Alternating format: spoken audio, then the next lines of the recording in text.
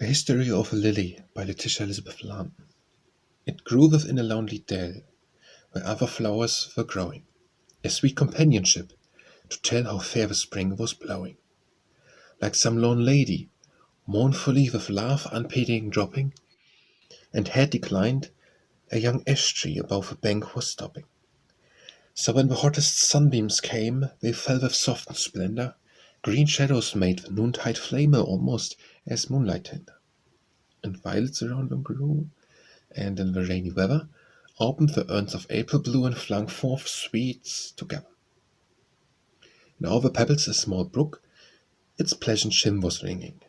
So just escaped from bench and book, a joyous child goes singing.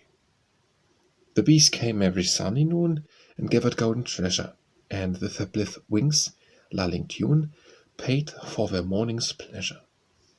And where the lovely lily grew, summer's purest flower, many a tiny fairy knew the shelter of its bower, and let the perfume of her hair within its fragrant bosom.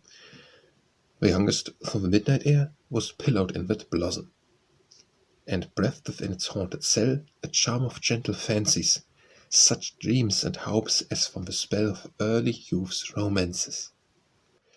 That fairy charm, when it was reft, was in its petals sleeping. When born from its green home, it left its sweet companions weeping. And yet it was a happy hour, the one when it was dying. And sooth it was the favoured flower, that bloom and breath were flying.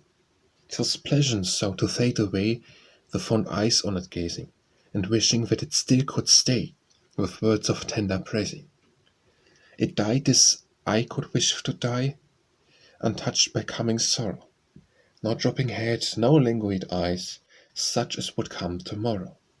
Youth has its own appointed hours, but ere we tell their number, are they not like the withered flowers, which some dark grave encumbers? When hope, the lark which only sings its music to the morning, lends the young step its buoyant wings, life's duller pathways scorning. They do not last. Shade after shade come darkly sweeping round us, till one dull atmosphere's made, and earth's worst chain has bound us. Its selfish cares, whose subtle links control the heart's wild beating, till each fine impulse, snail-like, shrinks within itself retreating.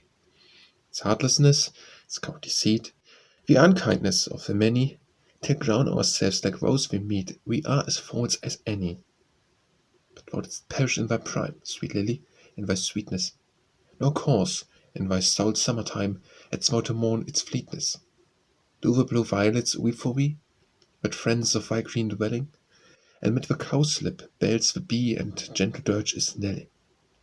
The lonely bird that sings at night a few sad notes will give thee, and there dreams of past delight, whose pleasures cannot leave thee. The poetry of all sweet thought that memory can discover, and words and looks, by fancy brought, around thy pale buds hover.